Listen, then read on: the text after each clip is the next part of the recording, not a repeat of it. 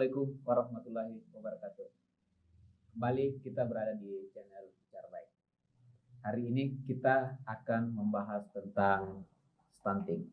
Di tengah-tengah kita sudah ada Kepala UPTD Penanggulangan Gizi Terpadu di Bantaeng, Bapak Amirullah. Beliau baru sebulan menjabat sebagai Kepala UPTD, gedung baru yang diresmikan di Bantaeng. Ini adalah gedung pertama di Indonesia. Bagaimana kabarnya, Pak? Baik, Pak. Terima kasih telah diundang di channel Bicara Baik Kabupaten Bantaeng. Iya. Kemarin itu kan sudah ada gedung UPTD Penanggulangan Gizi. Bisa ceritakan sedikit seperti apa gedung ini? Baik.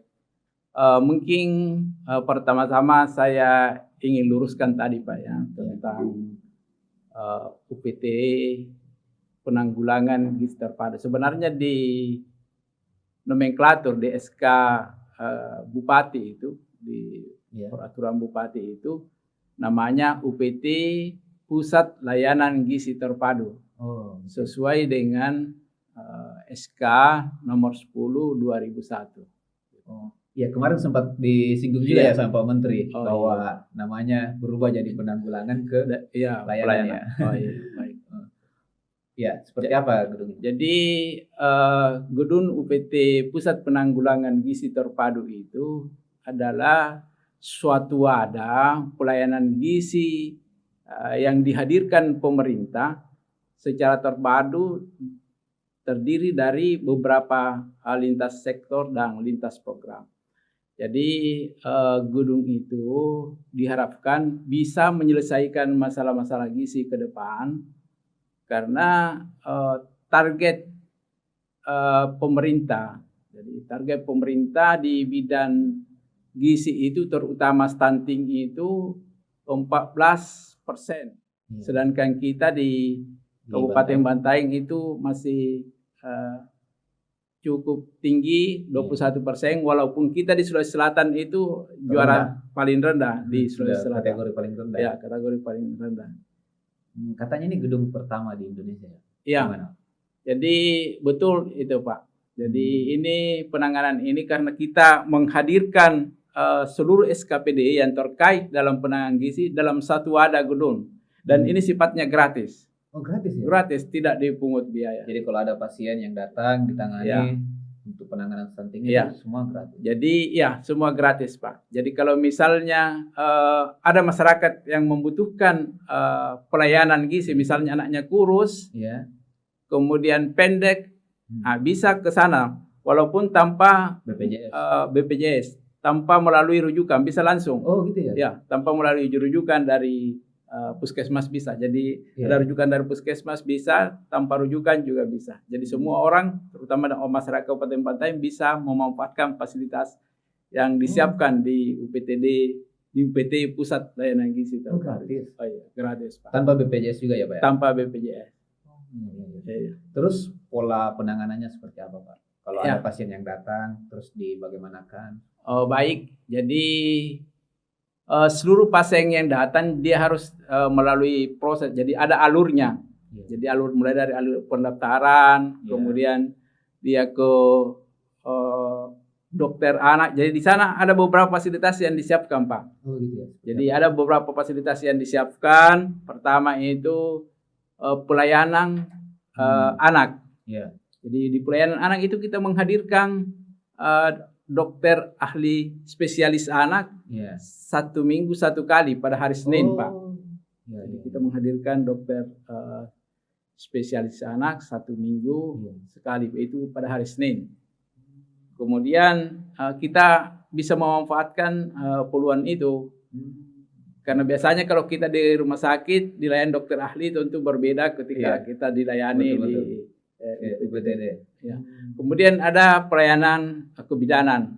Karena kita memprioritaskan 10.000 hari kehidupan. Jadi 10 hari kehidupan itu, Pak, 270 hari di dalam kandungan, 730 hari setelah melahirkan. Iya, jadi dari lahir sampai 2 tahun. Itu dibilang 1000 hari kehidupan. Jadi itu kita prioritas ke situ. Ini upaya pencegahan. Upaya pencegahan, promotif, dan juga di sana ada pengobatan tanpa mengesampingkan pengobatan. Ya. Gedung ini katanya untuk fokus penanganan stunting. Sebenarnya seperti apa stunting itu? Kalau kita berbicara stunting itu akibat kekurangan gizi kronis. Jadi stunting itu akibat kekurangan gizi kronis, artinya kekurangan gizi yang cukup lama, yang sudah lama. Itu mulai dari masa terutama pada 1000 hari pertama kehidupan. Jadi 1000 hari kehidupan seperti yang saya bilang tadi, mulai dari kandungan sampai usia 2 tahun. Jadi ditandai, jadi ada tanda-tandanya. Ditandai dengan tinggi badan yang pendek dibandingkan dengan anak seusianya. Apa bedanya stunting, gizi buruk dengan kurang gizi? Baik. Jadi ini juga sering dipertanyakan oleh masyarakat awam ya. Betul. Apa sih sebenarnya stunting itu, gizi buruk dan gizi kurang itu sebenarnya? Sebenarnya kalau kita berbicara stunting dengan gizi buruk itu mirip tapi tidak sama. Maksudnya masing-masing sebenarnya itu masalah gizi kurang, stunting dan gizi buruk itu, dan gizi buruk termasuk itu masalah gizi. Jadi termasuk semua masalah gizi. Hanya beberapa perbedaan mendasar bahwa ketika anak itu stunting itu prosesnya berjalan lama. Jadi berjalan lama baru bisa menjadi stunting. Sedangkan gizi buruk dan gizi kurang itu prosesnya lebih cepat. Bisa kita bayangkan ya, kalau misalnya anak diare tidak ditangani selama 3 hari, tidak makan minum, itu bisa berakibat gizi buruk. Itu cepat ya. Cepat prosesnya. Kemudian dari segi pengukuran juga, dari segi pengukuran apakah ini stunting, ini gizi buruk, berbeda. Kalau stunting itu diukur dengan tinggi badan dibandingkan dengan umur, tinggi badan dibandingkan dengan umurnya. Kalau gizi buruk atau gizi kurang itu berat badannya diukur dibandingkan dengan umurnya. Jadi ini ada di alat ukur ini. Ini merupakan suatu ketentuan dari pemerintah kita. Ada Permenkesnya, Peraturan Menteri Kesehatan nomor 1995 tahun 2010 dan telah diperbaharui. Jadi sekarang telah diperbaharui lagi menjadi Permenkes nomor 2 tahun 2020, baru lagi diperbarui, disesuaikan dengan keadaan sekarang. Terus Kak, kalau stunting ini katanya juga mempengaruhi ke otak. Seperti apa itu? Betul. Jadi stunting ini kan dalam jangka waktu yang lama, di mana zat-zat gizi yang seharusnya dibutuhkan itu tidak tercukupi. Dan salah satu yang berpengaruh terhadap pembentukan otak itu adalah zat gizi. Jadi tentunya akan berpengaruh kepada perkembangan dan pertumbuhan otak itu sendiri. Berarti menjaga stunting itu juga adalah bagian menjaga SDM yang ada. Betul. Jadi memperhatikan masalah gizi itu adalah salah satu dari perhatian kita bersama dalam rangka meningkatkan SDM yang ada di Bantaeng ini. Terus Kak, kalau faktor-faktor yang mempengaruhi stunting itu seperti apa? Jadi banyak hal yang sebenarnya mempengaruhi stunting. Pertama itu ketidakcukupan mengkonsumsi makanan bergizi dalam jangka waktu yang lama. Jadi misalnya seseorang itu yang seharusnya misalnya kebutuhannya ya, kebutuhannya itu misalnya 2000 kalori per hari. Tapi hanya dia bisa dapatkan hanya misalnya 1800. Itu artinya akan mengganggu pertumbuhan terutama pada misalnya ibunya hamil dan lain-lain, itu bisa terganggu. Sehingga ketika dia lahir, anaknya itu akan menjadi kurus, pendek. Itu kalau dia setelah melewati masa 2 tahun masa stunting, apa masih bisa diobati, Pak? Jadi itu stunting itu sebenarnya tidak bisa ada pengobatannya karena itu kerusakan permanen. Hanya bisa dicegah supaya jangan berlanjut kerusakan itu, kerusakan baik dari kerusakan otak maupun kerusakan fisik lainnya. Jadi intinya adalah proses pencegahan yang mesti digencarkan. Ya, jadi kita di UPT layanan gizi terpadu itu mengutamakan upaya promotif, preventif, tapi tidak mengesampingkan upaya pengobatan atau kuratif. Ya. Kak, selama 1 bulan terakhir, ini kan UPT baru diresmikan bulan lalu. Sudah berapa pasien yang ditangani? Ya, baik. Jadi selama 1 bulan ini kami di UPTD itu sudah menangani 115 balita. Sudah banyak. 115 balita. Kemudian ibu hamil sudah 82 orang. Jadi kita sudah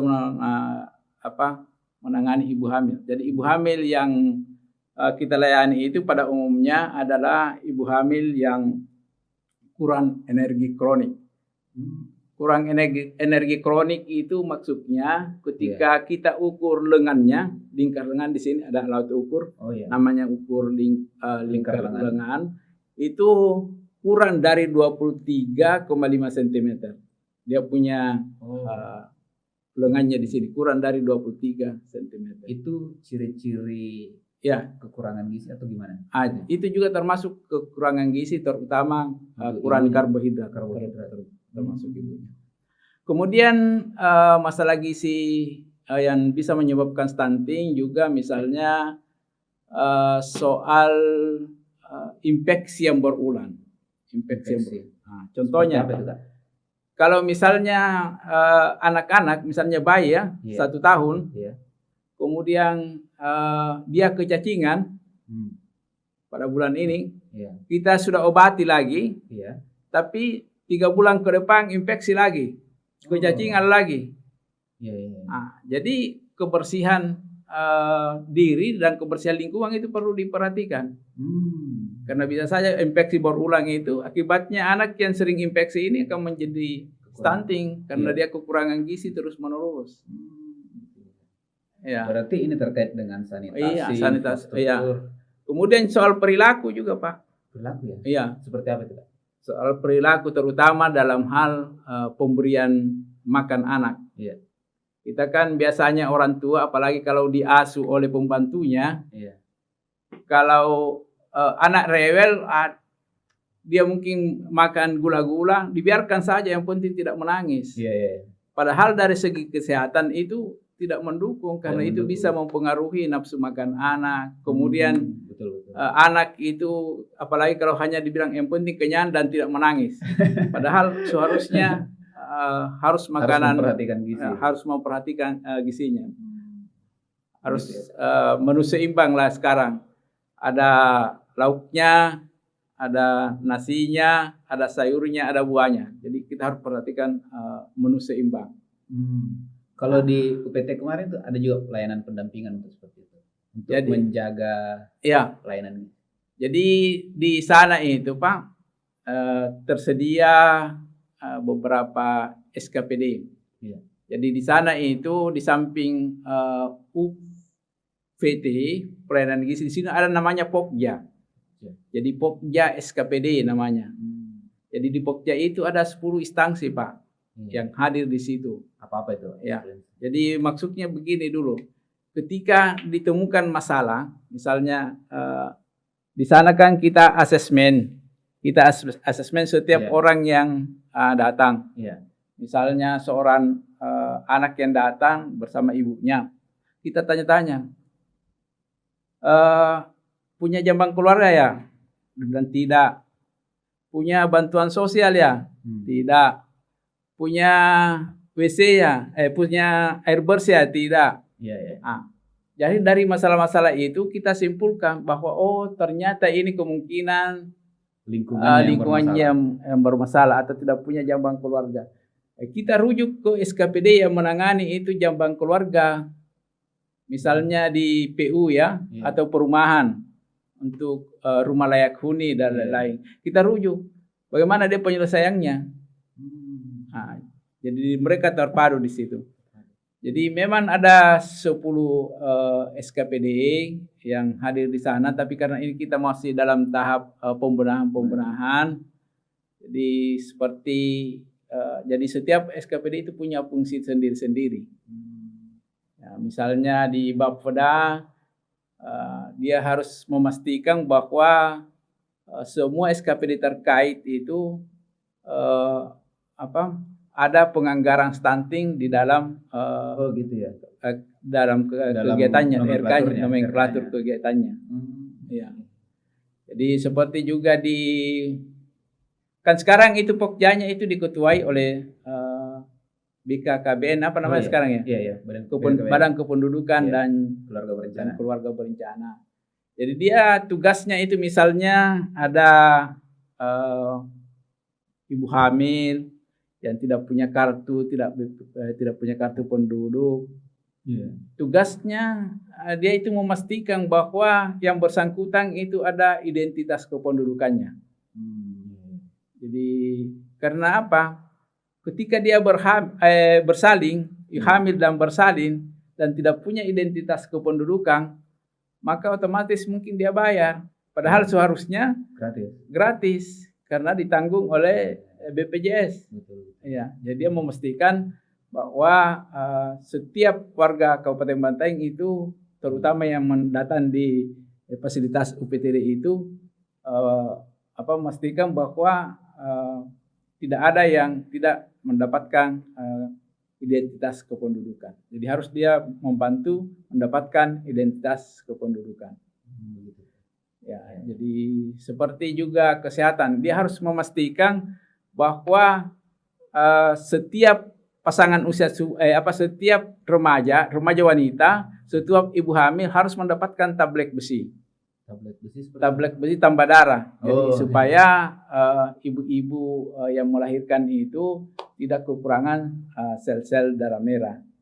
Karena sel-sel darah merah itu sangat dibutuhkan baik pada saat hamil maupun pada saat melahirkan. Karena biasanya kalau kondisi kekurangan HB pada saat dia melahirkan biasanya terjadi pendarahan. Kalau dia kekurangan HB. Iya, kekurangan jadi besi. Dibutuhkan ini. Ya, dibutuhkan zat besi. Kemudian di kesehatan itu seperti memastikan kesiapan vaksin dalam hal imunisasi. Ini setelah dia lahir. Ya, setelah dia lahir.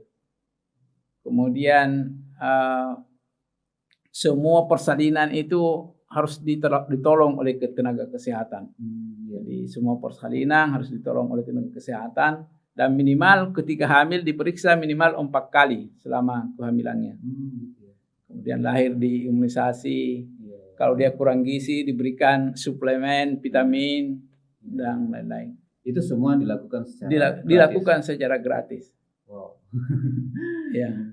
Terus Kak, ini dari kemarin kan ada 100 balita. Adakah yang sudah teridentifikasi stunting? Ya. Atau bagaimana? Baik, jadi dari sekian yang ada itu, yang kita layani di sini, sampai saat ini belum ada diagnosa dari dokter bahwa yang bersangkutan ini stunting. Jadi kita yang diagnosa yang dikirimkan dari puskesmas, artinya dia sudah bermasalah gizi ya. Tapi sampai hari ini belum ada diagnosis yang ditegakkan oleh dokter bahwa ini stunting. Berarti yang dilakukan adalah proses pendampingan. Ya, jadi kita utamakan upaya promotif dan preventif tanpa mengurangi pelayanan kuratif. Gitu ya. Itu berapa lama proses pendampingannya? Kalau kita lihat itu agak panjang, terutama pada saat pertama dia datang, karena kita asesmen dulu. Oh gitu ya. Tanya siapa bapaknya, tanya siapa ibunya, umurnya, kemudian tanya keadaan ekonominya, pekerjaannya, tanya rumahnya, keadaan sekitarnya, tanya penyakit-penyakit yang pernah diderita dan lain-lain. Jadi itu agak lama. Jadi mungkin ambil waktu sekitar setengah jam untuk proses setiap orang. Tapi kan ini kan berjalan terus setengah jam. Jadi berjalan terus. Jadi tidak terlalu banyak mengambil waktu. Setengah jam. Kalau diperiksa di puskesmas atau di rumah sakit mungkin 5 menit mungkin sudah bisa diperiksa. Tapi kalau di UPTD itu agak lama karena memang itu tujuannya kita gali informasinya sebanyak-banyaknya, baru dari informasi itu kita bisa tegakkan kita bisa mengambil suatu kesimpulan bahwa kira-kira inilah yang mendukung anaknya kekurangan gizi. Kalau misalnya Kak ditemukan ibu hamil yang memang miskin misalnya, apakah dia juga akan disuplai makanan seperti apa? Baik. Jadi kalau seperti apa pendampingannya? Ya.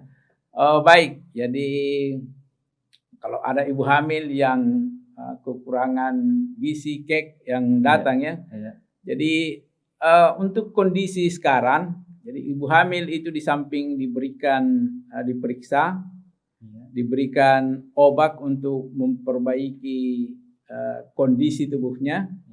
Kita sekarang berikan biskuit. Kita berikan biskuit. Setiap untuk dikonsumsi. Setiap kapan itu? Ya, setiap dia datang. Oh gitu ya. Jadi biskuitnya itu ya lumayan lah. Untuk menjaga gizinya. Untuk menjaga gizinya. Dia diwajibkan datang setiap minggu atau bagaimana? Begini. Jadi memang kita itu jadwal. Jadi kita puskesmas, kita jadwal dalam satu hari ada 3 puskesmas, ada 2 puskesmas. Membawa balitanya dengan ibu hamilnya yang punya masalah gizi. Kita memang bawa. Jadi ini ada rujukan dari puskesmas. Iya, rujukan dari puskesmas. Ada juga yang datang sendiri. Iya. Jadi tidak menutup kemungkinan yang datang sendiri tetap dilayani. Dilayani juga. Dan semuanya gratis. Semuanya gratis.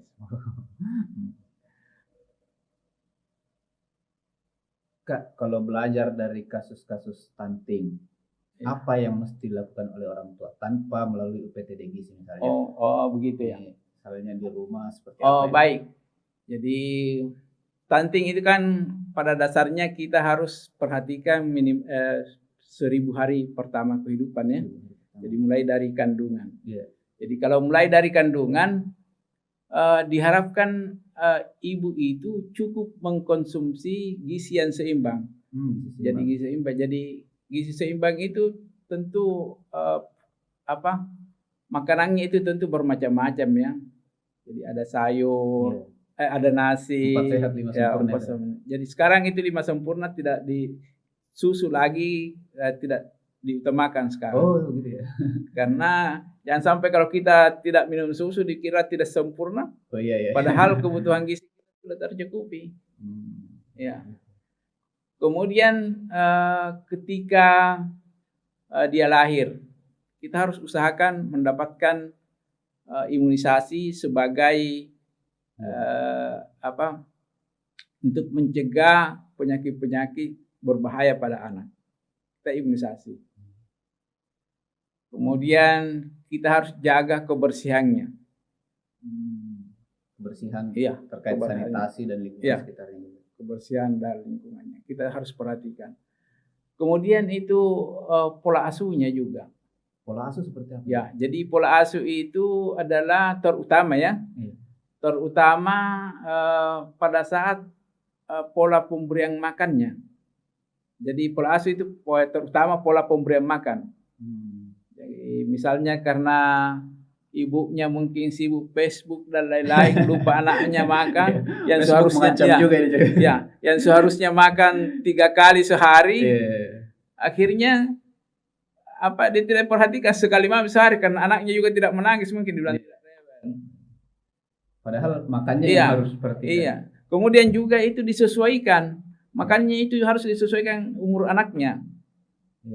Kan seharusnya kalau misalnya bayi sampai umur 6 bulan, sebenarnya tidak boleh diberikan makanan. Harus ASI saja diberikan. ASI diberikan. Tapi kan sekarang jarang ada ASI ya. Biasanya dikasih susu formula dan lain-lain. Malah ada yang kasih bubur. Padahal tidak bisa. Karena kapan dikasih bubur itu memungkinkan terjadi belum cocok itu ususnya untuk pencernaannya, untuk mencerna makanan itu. Akhirnya dia berak-berak. Jadi kalau berak-berak terus otomatis nanti akan kekurangan gizi. Jadi seperti itu. Jadi harus disesuaikan. Misalnya kalau bayi harus diberi susu, kemudian di atas 6 bulan lagi harus makanan encer, sampai 8 sampai 12 bulan bisa di makanan lunak, 1 tahun ke atas bisa makanan keluarga. Jadi harus disesuaikan. Berarti ini kan harus ada pola asuh yang harus diedukasi ke masyarakat. Jadi salah satunya itu pola itu yang kita terapkan juga di UPT. Kita karena di sana ada juga pelayanan gizi, Pak. Seperti apa itu, Pak? Jadi pelayanan gizi juga kita menghadirkan di situ dokter ahli spesialis gizi. Jadi dokter spesialis gizi itu hadir setiap hari Sabtu. Kemudian di pelayanan gizi setelah dilihat oleh dokter ahli atau petugas yang menangani gizi, dia lihat bagaimana menerjemahkan. Jadi misalnya dia makanannya kurang selama ini, kemudian bagaimana menerjemahkan ini makanan ini yang seharusnya misalnya 1000 kalori, bagaimana menerjemahkannya itu dalam bentuk makanan.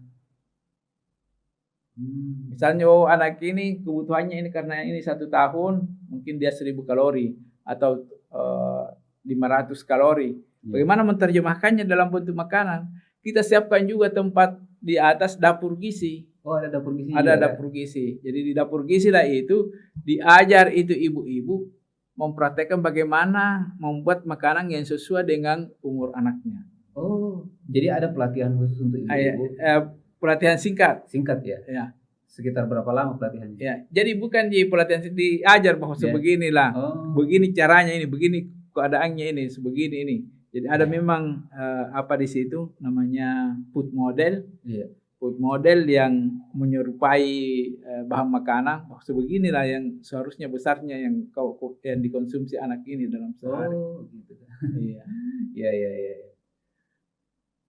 Sudah berapa ibu yang dilatih untuk setiap anak dan setiap anak yang datang dia dikasih contoh-contoh seperti dilatih seperti itu. Terukur gizinya sesuai ahli gizi. Arahan ahli gizi.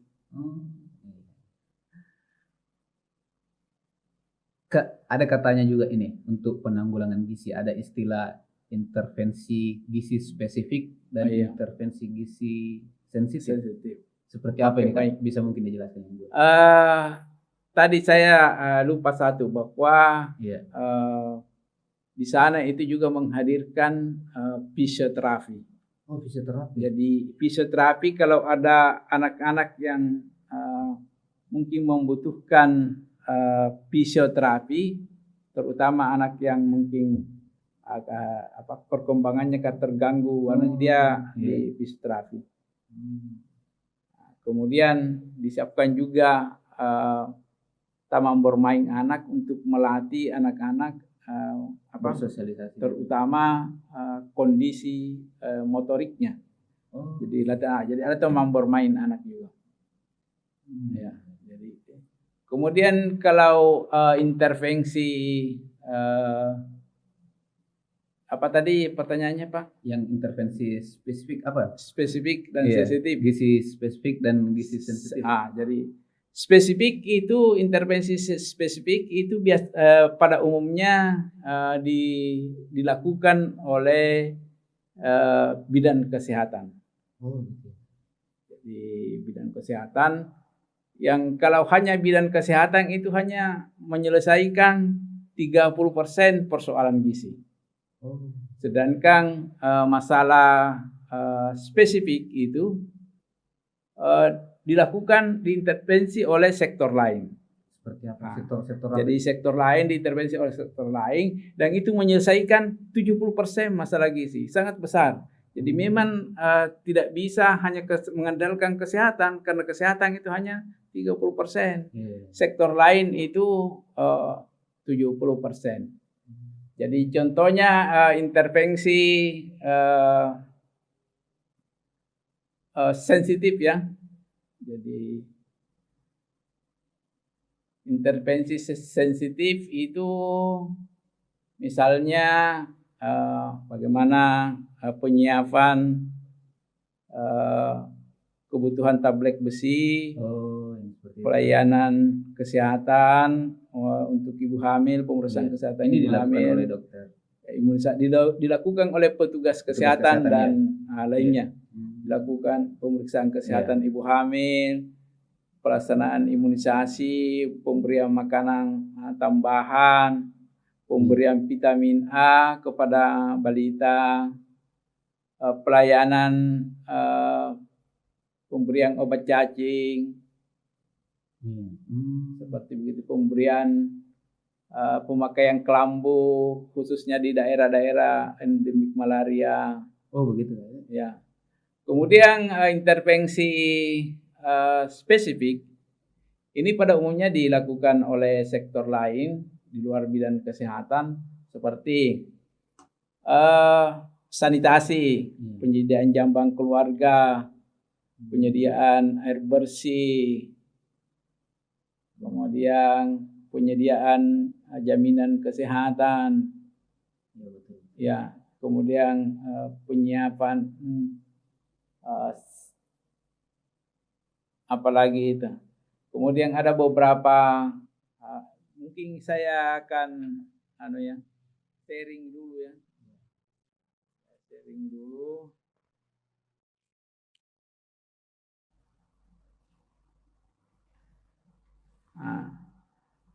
Akses air minum, akses sanitasi,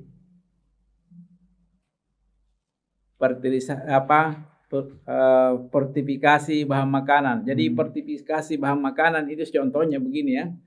Misalnya contohnya itu di Janeponto kan banyak garam ya. Di sana ada namanya garam beriodium, ada yang tidak beriodium. Jadi salah satu fortifikasi bahan makanan itu bentuknya adalah mencampurkan garam dengan zat iodium. Itu fortifikasi bahan makanan. Terus ini mungkin pertanyaan terakhir Kak sebelum ditutup. Ya.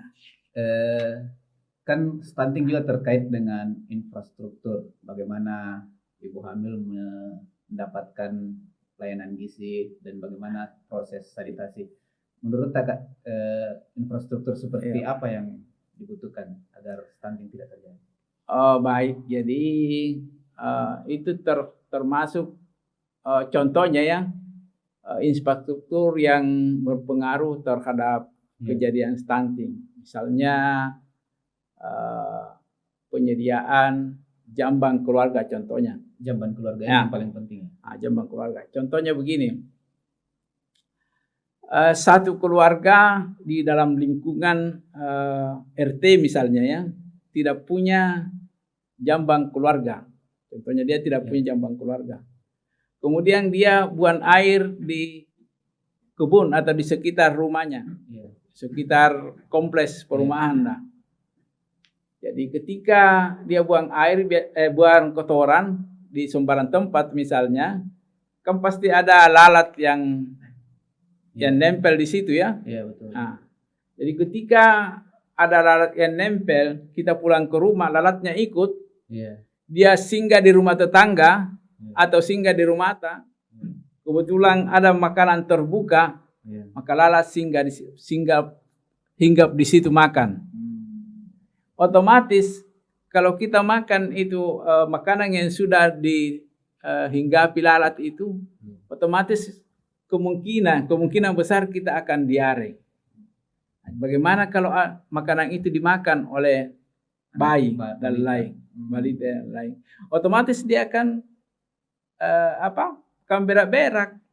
Nah, itu salah satu contohnya bahwa infrastruktur sanitasi, lingkungan, jamban keluarga, air bersih itu sangat berpengaruh terhadap kejadian stunting. Siap, terima kasih banyak. Iya. Jadi intinya menangani stunting adalah menjaga sumber daya manusia kita untuk meningkatkan sumber daya manusia di Bantaeng.